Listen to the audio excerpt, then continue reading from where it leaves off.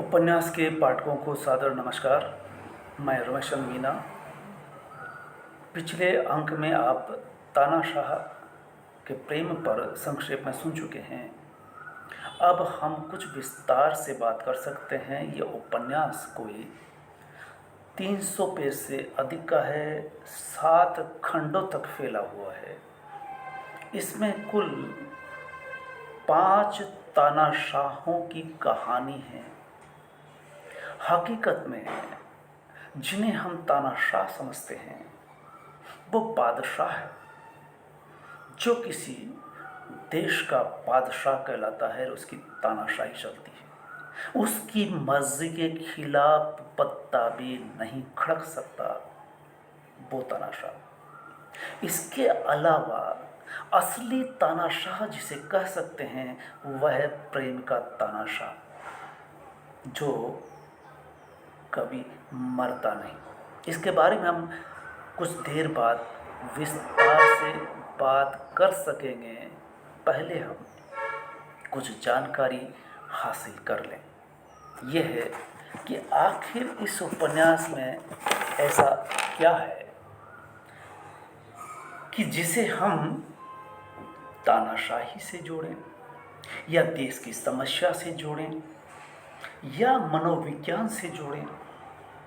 चूंकि इस उपन्यास में प्रेम जुड़ा हुआ है, एक कंट्राडिक्शन, तानाशाह और प्रेम। वैसे यूँ कहा जाए कि जिंदगी में द्वंद्व होता है, जिंदगी बिना संघर्ष के नहीं होती। तो यहाँ हर चीज में संघर्ष है, द्वंद्व है। इस उपन्यास में भी और इस उपन्यास के शीर्षक में भी द्वंद्व निहित है। एक तानाशाह की प्रेम कथा। तो इससे ये जाहिर होता है कि इसमें जब 5-5 तानाशाह है, तब लेखक महाशय ने क्यों करके एक तानाशाह की कथा कही। यही एक रोचक जानकारी होगी। और उपन्यास किसे कहते हैं? दरअसल उपन्यास आज का महाकाव्य जब कहा जाता है तो इसके पीछे मूल कारण यही होता है कि आज की समस्याओं से रूबरू करता है, जनता को, पाठक को जागरूक करता है। मीडिया जिसे कहते हैं, प्रिंट मीडिया, ये इलेक्ट्रॉनिक मीडिया, ये लोकतंत्र में जनता को जागरूक करने के बहुत बड़े माध्यम है। इसी तरह से कह सकते हैं कि साहित्य भी जनता को मुकम्मल नागरिक बनाता है। इस अर्थ में ये उपन्यास, इधर ढेरों उपन्यास हर दशक में लिखे जाते हैं, हर वर्ष दर्जनों उपन्यास लिखे जाते हैं। वो अलग अलग समस्याओं पर हो सकते हैं, सामाजिक समस्या पर हो सकते हैं, ऐतिहासिक उपन्यास हो सकते हैं, मनोवैज्ञानिक उपन्यास होते हैं, चरित्र प्रधान उपन्यास हो सकते हैं। लेकिन ये उपन्यास, अगर हम इसको विस्तार से देखें तो ये उपन्यास एक प्रतीकात्मक कथा है। और इस उपन्यास का जो शीर्षक है, ये शीर्षक बड़ा ही मौजू है। इसमें भी प्रतीकात्मकता निहित है। पाठक ज्यों-ज्यों इसमें उतरता है, पैरेलल एक समानांतर कथा चलती है जिससे वो वाकिफ होता है अच्छी तरह से। यूँ कहें कि एक जागरूक पाठक के लिए, एक मुकम्मल नागरिक पाठक के लिए ये उपन्यास एक दूसरी ही कथा कहता हुआ नजर आता है। अपनी समकालीन राजनीति को एक तरह से समेटती हुई कहानी कहता है, इशारे इशारे में बात कह देता है। इस अर्थ में ये उपन्यास बेजोड़ है, बेलाग है, समसामयिक है, सटीक है। मैं तो ये ताकीद करूँगा, गुजारिश करूँगा, निवेदन करूँगा कि इस उपन्यास को हर पाठक को पढ़ना चाहिए। हर उस उपन्यास के पाठक को, हर साहित्य के पाठक को, जब तक इस उपन्यास न गुजर जाए, समझिए कि वो साहित्य का पाठक ही नहीं है, या बहुत कुछ छूट जाने वाला है। कभी मैनेजर पांडे ने पढ़ाते हुए अपनी कक्षा में कहा था कि जो मुक्तिबोध की कविता, लंबी कविता अंधेरे में को पढ़ता है, और खास करके उन्होंने जिस दिन इस कविता को आरंभ किया था, उस दिन विद्यार्थियों से कहा था कि जब आप अगर इस लंबी कविता को एक ही सिटिंग में पढ़ना चाहेंगे और रात होने से पहले खत्म कर देंगे, तो मान करके चलिए कि जब आप सोएंगे और जब जागेंगे तो वही इंसान नहीं रह जाएंगे जो आप इस कविता के पाठक होने से पहले थे। मैं भी ये कहना चाहूँगा कि अगर जो इस उपन्यास से गुजर जाएगा वो पाठक उपन्यास का राजनीतिक रूप से वो परिपक्व हो चुका होगा, वो वही नहीं रह जाएगा जो पहले था। तो इतना कहने के बाद मुझे लगता है कि उपन्यास की तह में प्रवेश करने का प्रयास करते हैं।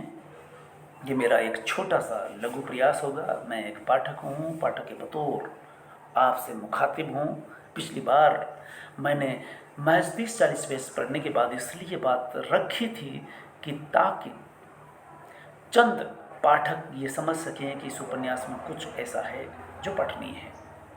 लेकिन अब हम समझ सकते हैं कि इस उपन्यास को जब ये कहा जाता है कि एक तानाशाह की प्रेम कथा, तो कंट्राडिक्शन दिखाई देता है। इसमें एक नहीं 5 तानाशाह हैं, और तानाशाह की बाकायदा श्रेणियां हैं। उपन्यासकार स्वयं कह देता है कि कोई भी तानाशाह किसी से कम नहीं, और एक तानाशाह दूसरे तानाशाह से जब मिलता है तो उनकी मुलाकात नहीं होती, मिलन नहीं होता, भिड़ंत होती है।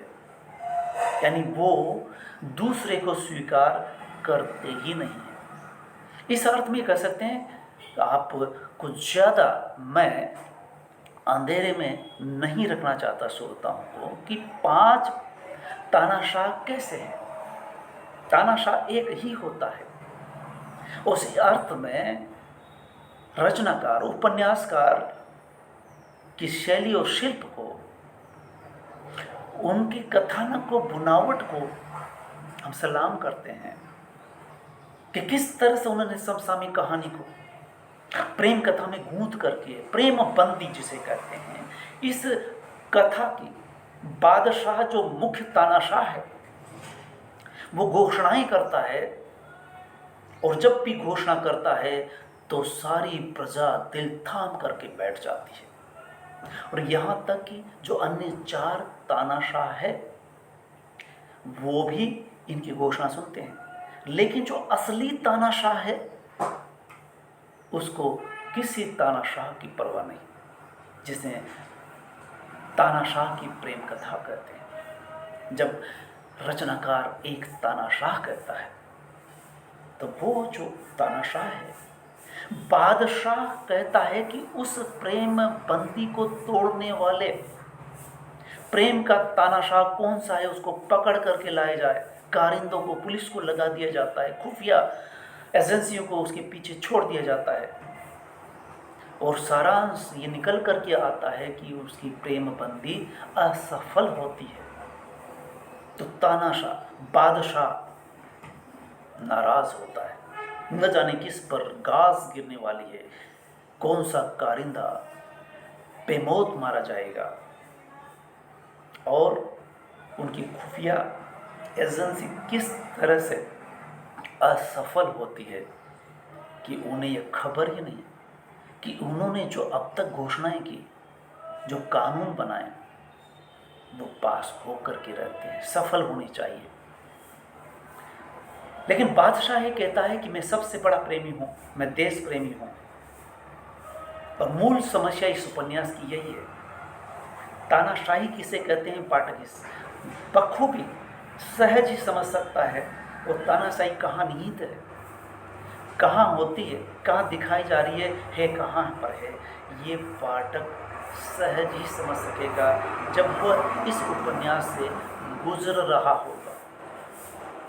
मैं इस ब्रोशर को जो बना रहा था तो आपको दोनों तरफ रचनाकार दिखाई दे रहे हैं, बीच में पुस्तक यानी उपन्यास दिखाई दे रहा है, मुखपृष्ठ, दोनों तरफ ऐतिहासिक तानाशाह हिटलर, दूसरी किंगजुंग दिखाई दे रहे हैं।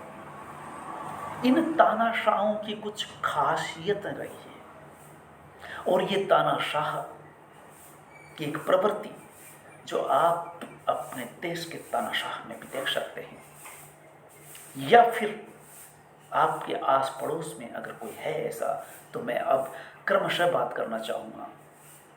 इस उपन्यास में कुल 5 तानाशाह माने गए हैं। कहानी की शुरुआत भी जब होती है तो पहला तानाशाह दिखाई देता है, जिसे राजा और रानी नाम से संबोधित किया गया है। इस उपन्यास में जब 5 तानाशाह है तो 4 तानाशाह एक तरह से महिला और पुरुष है, पति पत्नी है, और चारों ही ये दावा करते हैं कि वो प्रेम में हैं, अपनी पत्नी से प्रेम करते हैं या प्रेमिका से प्रेम करते हैं। और अंतिम तानाशाह जिसे बादशाह कहा जाता है, जो किसी को कुछ समझता ही नहीं है। यूँ कहते हैं कि आसमान भी, अगर आसमान की भी ऊंचाई है तो उससे भी ज़्यादा ऊंचाई उस बादशाह की। उसके आगे सब कीड़े मकोड़े की तरह, उसकी नज़रों तक है। नज़रें अगर इनायत है तो जिंदा है, अगर वो नज़र फेर ले, वो छड़ी घुमा दे, तो उन्हें जीने का हक नहीं है। इस तरह से बादशाह है, वो भी प्रेम करता है। कुल मिलाकर के यूँ कह सकते हैं कि जब तानाशाही और तानाशाह का प्रेम, तानाशाह की प्रेम कथा कही गई है, तो अंततः निष्कर्ष और निचोड़ में यही आता है कि तानाशाह एक है, लेकिन शुरू में क्रमशः 5 दिखाई देंगे। तो चलिए हम पहले तानाशाह से परिचित हो लें। पहला तानाशाह जिसको राजा और रानी कहा गया है, दूसरा तानाशाह रस्तोगी और उनकी पत्नी पायल। तीसरा तानाशाह पूनम और उसका पति कौशल। ये तीनों तानाशाह को आप देख लीजिए कि तीनों तानाशाह पति पत्नी हैं। इन तीनों में भी फर्क यह है कि राजा अपनी रानी से मोहब्बत करता है, प्रेम करता है, और पाठक जब इस उपन्यास से गुजरते हैं तो ये पाते हैं कि राजा अपनी रानी से बेहद प्यार करता है और इस बात को बार बार कहता भी है, जतलाता भी है। इस कहानी में, राजा रानी की कहानी में, खन्ना दंपति भी आते हैं, और जब तब कभी पार्टी होती है तो खन्ना की पार्टी में ये राजा अपनी रानी के साथ वहाँ मौजूद होता है लगभग 2 बार। दोनों बार में जो घटना घटित होती है वो ये कि जब भी राजा उस पार्टी से लौट करके आता है तो पार्टी जब तक चलती है तब तक वो दिखाता है सभी को कि वो इतना बड़ा प्रेमी है, इतना बड़ा अपनी रानी से प्रेम करने वाला प्रेमी। सभी जान लें कि वो कितना बड़ा प्रेमी है, अपनी रानी से कितना प्रेम करता है। लेकिन जो ही पार्टी खत्म होती है और घर पहुंचते हैं तो घर के अंदर जब बेड पर बैठते हैं तब उस रानी को ये एहसास हो जाता है, शिद्दत से एहसास होता है कि राजा किसी न किसी बात पर, मेरी कुछ किसी न किसी बात पर, किसी अदा पर कुछ मेरे से गलती हुई है, गफलत हुई है, नाराज है।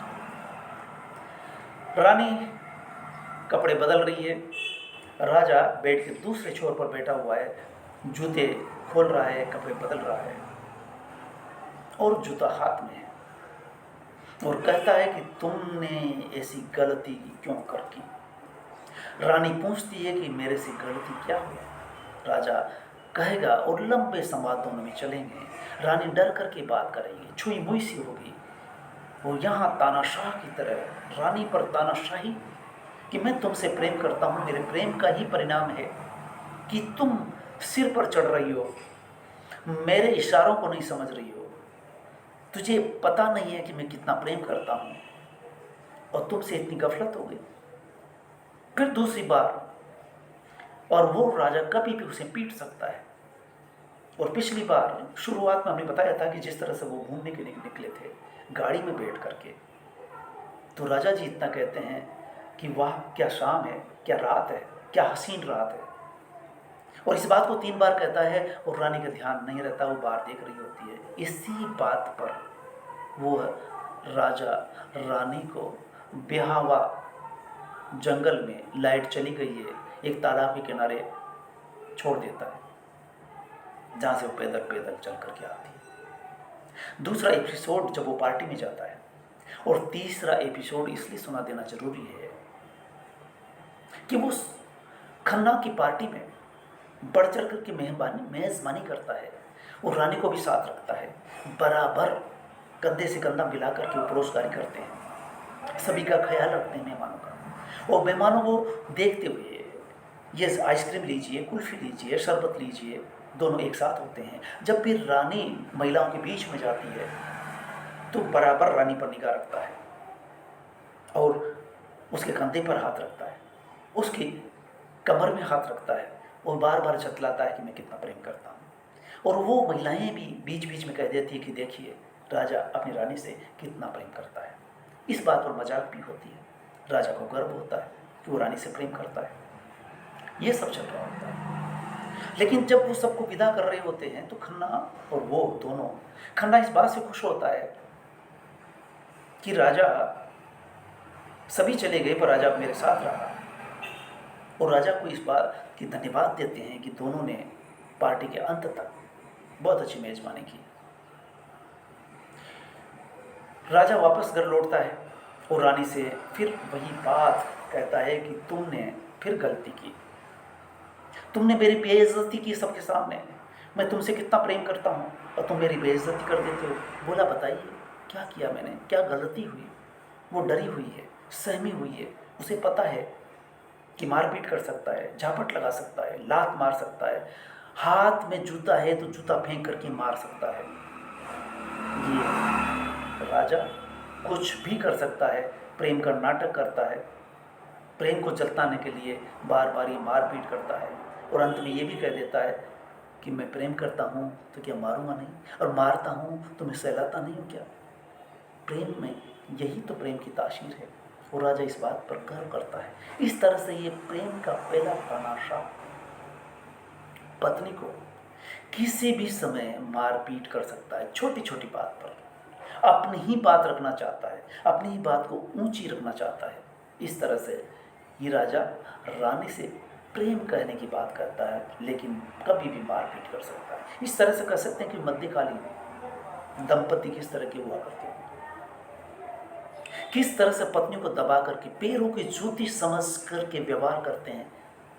वो पति नहीं, तानाशाह है। तो इस तरह से ये राजा और रानी, ये राजा अपनी रानी जिसे कहता है उससे प्रेम करता है। दूसरा, रस्तोगी और पायल। ये आज के काल के, पायल नौकरी पेशा है, अपने ऑफिस में वो हेड है, और चेतन नाम का जो उसका सबऑर्डिनेट है, इसको लेकर के रस्तोगी अक्सर शक करता है। वो शक इस हद तक करता है कि वो चाहता है कि वो नौकरी तो करे पर किसी से बात न करे। वो कहता है कि नैतिकता बेहद जरूरी है, पतिव्रता बेहद जरूरी है। पत्नी से बहुत अपेक्षाएं करता है कि पत्नी उसके कहे अनुसार चले। इस तरह से रस्तोगी पायल के सबऑर्डिनेट चेतन पर बात बात पर शक करता है। फ़ोन करती है तो क्यों करती है, और इतनी देर बात क्यों करती है। वो कहती है कि सबऑर्डिनेट से काम लेना है तो बात तो करनी होगी, तो उससे बात मत करो, तो काम कैसे चलेगा, नौकरी छोड़ दो। नहीं, नौकरी मत छोड़ो। वो जानता, मध्य वर्गीय पति ये जानता है कि अगर नौकरी छोड़ दी तो घर कैसे चलेगा। दोनों की ही नौकरी से घर चल रहा है, नौकरी करना भी जरूरी है, लेकिन वो यहाँ तक सोचता है उसके संबंध कई औरतों से हैं, इसके बावजूद वो चाहता है कि उसकी पत्नी से कोई बात न करे, पत्नी किसी से बात न करे, वो जासूसी करता है। इस तरह से दूसरा प्रेमी। तीसरा, जिसे तानाशाह कहेंगे, तो कौशल, पूनम, ये तीनों ही एक दूसरे से प्रेम विवाह करते हैं। कौशल भी पूनम से प्रेम विवाह करता है, टूट करके चाहता है, खूबसूरत है वो। रस्तों की पायल को भी खूबसूरत कहता है, उसकी खूबसूरती को बचा करके साथ तालों में रखना चाहता है। कौशल पूनम की हर बात को सिर्फ माथे पर रखता है, और पूनम बात बात पर रूठ जाती है तो उसे मनाता है। माँ से ऊंची नीची बात में बात कर लेती है तो माँ को ही समझाता है, पत्नी के साथ खड़ा रहता है, पत्नी की पैरों की जूती हो करके रहता है। वो किस बात पे नाराज हो जाए, ये बात कौशल को पता नहीं। कौशल को से पूनम ये अपेक्षा करती है कि वो रात को रात कहे, रात को दिन कहे तो वो दिन कहे, वो जो चाहे वैसा होना चाहिए। इस तरह से हम कह सकते हैं कि इन तीनों तानाशाहों में दो पुरुष तानाशाह है, तो महिला भी तानाशाह हो सकती है।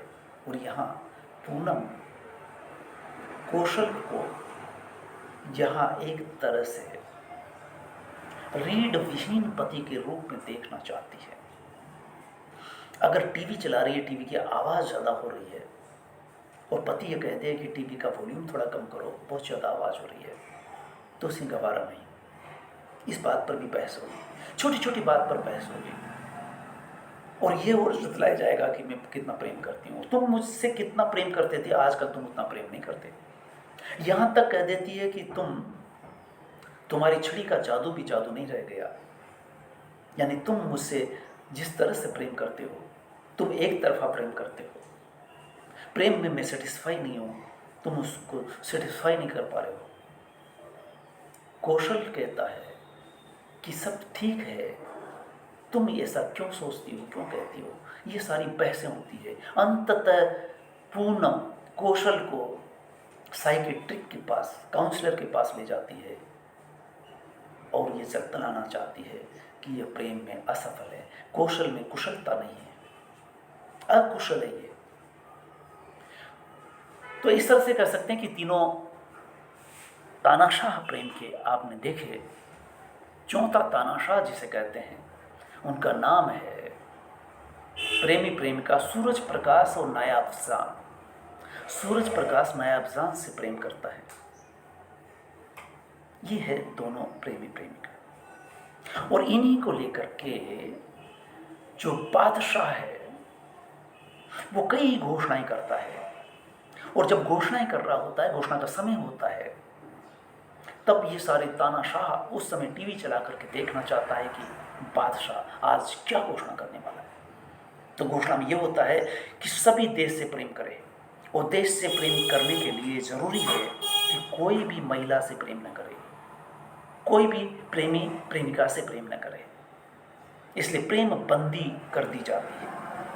प्रेम बंदी से पाठक सहज समझ सकते हैं कि पिछले एक दशक में किन किन पर बंदी लगी थी, क्यों कर लगी थी, तानाशाही कहाँ दिखाई देते हैं। इसी बिना पर व्यंग्यकार ज्ञान चतुर्वेदी एक तानाशाह की प्रेम कथा लिखते हैं, और तानाशाह की प्रेम कथा में तानाशाही छींचती है, तानाशाही खिसकती है।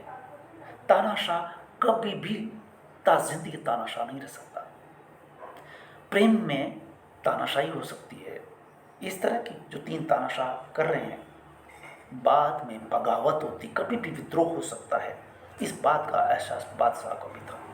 इसलिए बादशाह प्रेम बंदी करता है, प्रेम बंदी की घोषणा कर देता है, और किस तरह से घोषणा करता है वो देखने लायक है। बादशाह जब प्रेम की घोषणा कर रहा होता है तो दरबार सजा होता है, सारे दरबारी तालियां बजाते हैं, बहुत देर तक प्रशंसा करते हैं, और कहते हैं कि बादशाह अनूठा है, अनोखा है, बादशाह जैसा कभी न पहले हुआ न कभी होगा। ये जिस तरह से देश को चला रहा है, देश से जितना प्रेम करता है, इतना प्रेम कोई कर ही नहीं सकता, न पहले कभी किसी ने किया है, न बाद में कोई कर सकेगा। इसलिए प्रेम बंदी की जब घोषणा कर दी गई तो कारिंदे, पुलिस वाले, खुफियागिरी पीछे लगा दी जाती है। और कहा जाता है कि प्रेम बंदी क्यों असफल होती है कि पुलिस वाले जेब भर करके, भ्रष्टाचार करके, रिश्वत लेकर के प्रेम करने की छूट दे देते हैं, पकड़े जाते हैं तो छोड़ देते हैं। इस तरह से एक दिन खबर लगती है, एक कारिंदा जो इसी काम के लिए लगाया गया और वो बस जल्दी ही सूरज प्रकाश और नायाब शान को देख लेता है प्रेम करते हुए, प्रेम कविता लिखते हुए। इस तरह से यूँ कह सकते हैं कि पाठक को याद रहे, इस उपन्यास में कविता भी अपनी भूमिका निभाती है। और अगर कोई की प्रेमिका प्रेम में है तो कविता ना करे, ऐसा नहीं हो सकता। इसलिए मैं अपनी बात को आगे कहूँ इससे पहले एक रेफरेंस आपको देना चाहूँगा कि किस तरह से तानाशाह की दोनों की, जो प्रेम में तानाशाह है, जो प्रेम का तानाशाह है, एक बादशाह है, दोनों में क्या फ़र्क है, तानाशाहों की दुनिया कैसी होती है, दुनिया का फ़र्क देखिए। मैं पैरा पढ़ना चाहूँगा पेज नंबर 288 पर। बादशाह की अपनी दुनिया है, इस दुनिया में बस वो है और है झुके हुए सिर, तालियों में मशगूल हथेलियाँ, वाह वाह में व्यस्त गले, प्रश्न न उठाने वाले समझदार लोग, दंडवत मुद्रा को ही अपनी स्थायी मुद्रा मानकर गर्व महसूस करने वाले दरबारी, बादशाह के गले में पड़ी माला का हिस्सा बनने में ही पुण्य के जीवन की सार्थकता है, ऐसा मानने वाले लोग। बस इन लोगों की बेहद संकरी सी दुनिया और इस दमघोंट में ही इत्मीनान महसूस करता है बादशाह। इस दुनिया में घुसने के लिए आपको रेंगने में प्रवीण होना पड़ता है, तनकर चलने वालों का तानाशाह की दुनिया में प्रवेश ही नहीं। इसलिए याद रहे, जब तानाशाही होती है तो प्रजा की रीढ़ की हड्डी तोड़ती जाती है और जिनकी होती है वो बेमौत मारे जाते हैं। और इसके बरअक्स दूसरा तानाशाह जो होता है, प्रेम के तानाशाह की दुनिया कैसी होती है, रचनाकार लिखता है उसकी दुनिया भी संकरी है, परंतु और ही तरह से संकरी है।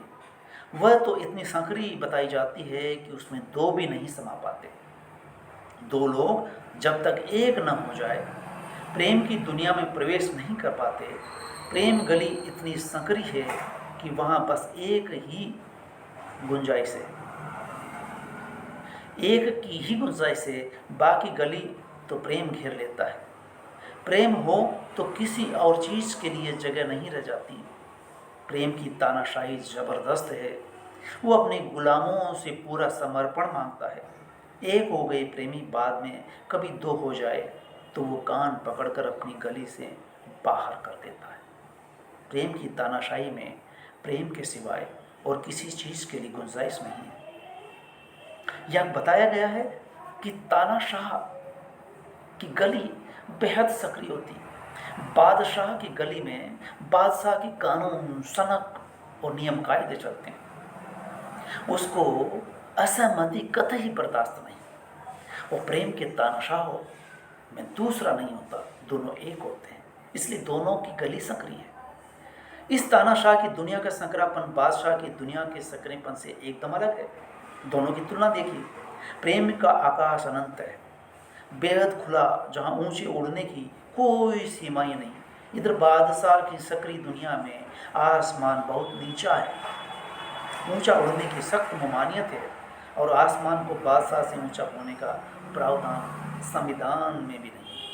इस तरह से ये कह सकते हैं कि उपन्यास किस कारण से पढ़ना चाहिए, ये आप समझ सकते हैं।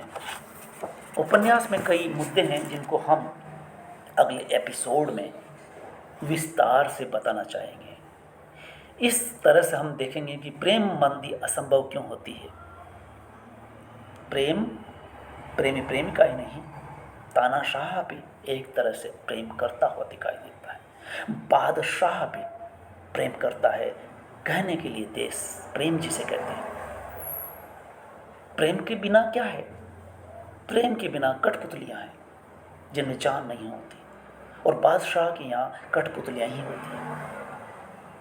और प्रेम बादशाह के यहाँ क्या क्या नहीं होते? साजिंदे होते हैं, गायक होते हैं, राष्ट्रकवि, मीडियाकर्मी, जो भूल से भी अपने मन की बात नहीं कह सकते। मन की बात बादशाह ही कह सकता है। वो अपनी सनक में कुछ भी घोषणा कर सकता है, जैसे प्रेम मंत्री करता है। और विस्तार से बताया गया है कि जब वो घोषणा करता है तो उस घोषणा को सुनकर के प्रशस्ति की जाती है, तालियां, जयकारा होता है। और उपन्यास में एक बेजोड़ कविता है जिसका कि यहाँ पर हम पाठ करेंगे, व्याख्या करेंगे। और वो उस कविता का बादशाह किस तरह से अर्थ लगाता है और कवि, कविता के पाठक किस तरह से अर्थ लगाते हैं। कविता एक छोटी सी, पहरे, पहरों पर पहरे, उन पर भी पहरे, ये बादशाह की घोषणाओं के बाद होने वाला नजारा है। और इसमें संवाद हम देखेंगे इन तानाशाहों के, तो उन संवादों को सुन करके पाठक को जैसा एहसास होता है, वाकई में रचनाकार की रचना धर्मिता, संवाद कुशलता, संवाद पटुता देखते ही बनती है। रचनाकार ने कितने पति पत्नियों से मुलाकात की होगी। तानाशाही प्रवृत्ति के जो पति होते हैं, आखिर तलाक क्यों करके होता है और प्रेम में क्यों करके अंधे होते हैं। इस तरह से इस कहानी को हम तीसरा अर्थ भी दे सकते हैं कि आजकल वो लोग जो भाग करके प्रेम में पढ़ करके विवाह करते हैं, घर वालों से बगावत करते हैं, विद्रोह करते हैं, और कुछ दिन के बाद फिर तलाक की स्थिति में आ जाते हैं। ये प्रेम का पहला वो जो बाढ़ आती है उसमें बह से जाते हैं।